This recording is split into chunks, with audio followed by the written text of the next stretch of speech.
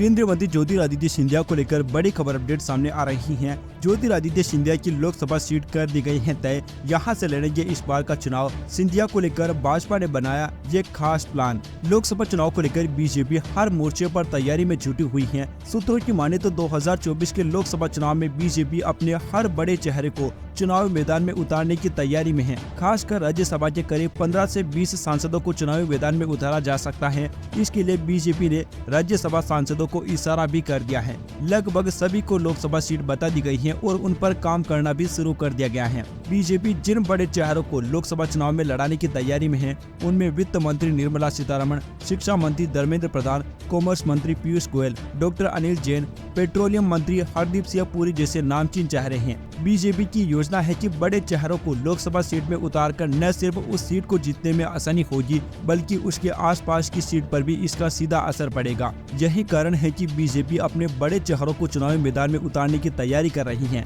इससे पहले हाल ही में हुए विधानसभा चुनाव में बीजेपी इसका प्रयोग कर चुकी है, जिसमें केंद्र सरकार के कई मंत्रियों को विधानसभा का चुनाव लड़वाया गया था, जिसका सीधा फायदा बीजेपी को मिला था। उसी कड़ी में बीजेपी लोकसभा चुनाव में भी यही फॉर्मूला आजमाने जा रही है। अब केंद्रीय मंत्री ज्योतिरादित्य सिंधिया को लेकर बड़ी खबर अपडेट सामने आई कि उनकी सीट तय कर दी गई है। ज्योतिरादित्य सिंधिया को इस बार गुना या फिर ग्वालियर से चुनाव लड़वाया जा सकता है। लोकसभा चुनाव अब जल्दी ही होने वाले हैं, जिसको लेकर भाजपा ने पूरी तैयारियां कर दी हैं। दोस्तों, आपको बताना चाहेंगे कि ज्योतिरादित्य सिंधिया इस बार मुख्यमंत्री की रेस में भी काफी आगे चल रहे थे, लेकिन उन्हें मुख्यमंत्री तो नहीं बनाया गया है, लेकिन लोकसभा चुनाव में इस बार उनका पद बढ़ाया जा सकता है।